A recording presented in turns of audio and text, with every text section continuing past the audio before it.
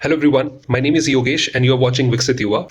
If you are a student, working professional और businessman, आपने artificial intelligence के बारे में सुना होगा। आपने पढ़ाई की है तो बहुत अच्छा है, लेकिन एआई का यूज क्या होता है रियल लाइफ में वो मैं आपको नहीं बताने वाला। मैं आपको बताने वाला हूँ डेली एक वीडियो में कि एआई के ऊपर जितने भी न्यूज़पेपर है उनमें क्या अपडेट आ रहा है, हमारा इंडिया एआई की वजह से कैसे ग्रो कर रहा है और कौन सी ऐसी कंपनीज हैं जो कि डेटा सेंटर, जीपीयू और एआई के जो इंफ्रास्ट्रक्चर को सेटअप करने में मदद कर रही हैं। तो उस तरह के जो भी न्यूज़ हैं उनको हम इस वीडियो में कवर किया करेंगे। तो अगर आपको ये वीडियो वैल्यू ऐड करे, you can subscribe to the channel. Let me take you directly to the headlines.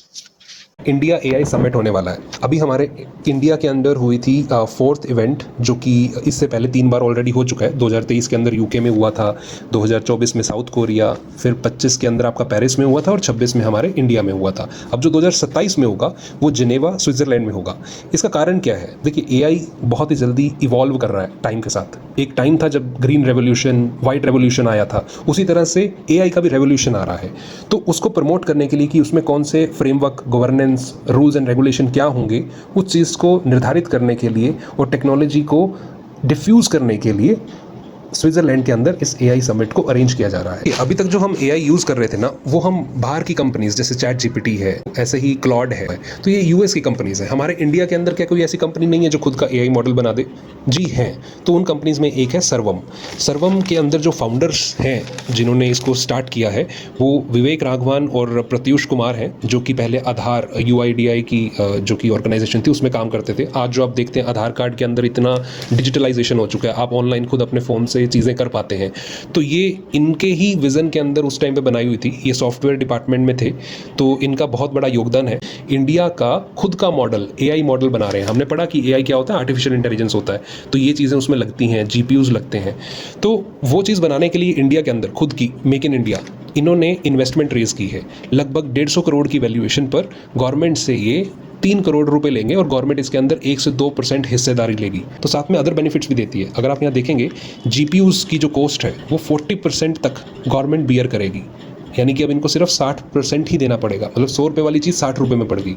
तो ऐसा करके गवर्नमेंट ने इनकी काफ़ी मदद की है और आगे भी कर रही है। ये हमारा उसी आर्टिकल का आगे लेंदी वर्जन है, जिसमें कि सर्वम एआई क्यों है, उसकी स्पेशलिटी ये है कि 22 इंडियन लैंग्वेजेस और रीजनल लैंग्वेज में भी सपोर्ट करती है। आज के टाइम पे इंडिया में लगभग 2000 से ज़्यादा लैंग्वेजेस बोली जाती हैं छोटे छोटे रीजन में, जैसे हरियाणवी है। तो पहले जो लैंग्वेजेस एक्सेसिबल नहीं होती थी वो भी ये लोकल लैंग्वेज सपोर्ट करते हैं। और अगर आप देख पा रहे हैं यहाँ पे कि गवर्नमेंट ने इनको लगभग 98 करोड़ रुपये का भी कंप्यूट, जो बिल इनका 246 करोड़ का आया था उसमें से 98 करोड़ माफ़ कर दिए। ऑलमोस्ट 50% इनका माफ़ हो गया। तो द सपोर्ट जो जीपीयू का इनको चाहिए था वो भी इनको दूसरी कंपनी से दिलवाया। और सर्वम की तरह दूसरी बाकी ये कंपनीज के नेम दिए हुए हैं, सॉकेट एआई है, आपका अवतार.ai है, जेंटिक एआई है। तो ये सारी कंपनीज भी उसी क्रम में काम कर रही हैं और गवर्नमेंट की तरफ से इनको फंडिंग मिल रही है खुद का सॉवरेन एआई बनाने के लिए। सॉवरेन एआई यानी होम ग्रोन एआई, ताकि हमारी दूसरी कंट्रीज पर रिलायबिलिटी और डिपेंडेंसी कम हो जाए, हम खुद का कुछ कर पाएँ और आगे प्रमोट कर पाएँ।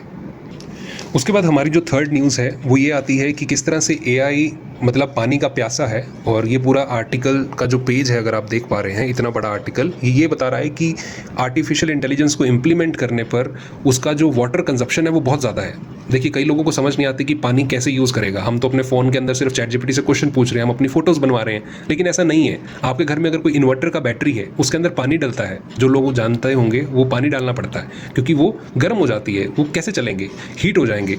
तो उसी को बताते हुए यहाँ पे इन्होंने कई चीज़ें हाईलाइट की हैं। इन्होंने यहाँ पे ये बताया कि 18% जो पूरे वर्ल्ड की पॉपुलेशन है वो हमारे इंडिया में रहती है और हमारे पास सिर्फ 4% ही स्वच्छ पानी है जो हम पी सकते हैं। हमारे इंडिया के अंदर पहले ही पानी की किल्लत चल रही है, लेकिन फिर भी मेट्रो सिटीज़ जैसे हैदराबाद, बेंगलुरु, मुंबई के अंदर डेटा सेंटर एस्टेब्लिश किए जा रहे हैं और डेटा सेंटर के अंदर बहुत ज़्यादा पानी लगता है और वो ड्रिंकेबल पानी की ज़रूरत होती है। तो जिसकी वजह से आपका एआई का adoption, ROI, return on investment, पता नहीं उन्होंने कब देखेंगे कब नहीं। लेकिन अगर आपको सिर्फ एक फिगर बताई जाए तो गूगल का 2023 के अंदर पानी का कंजप्शन 5.6 बिलियन गैलन्स था। 5.6 बिलियन गैलन का मतलब जानते हैं?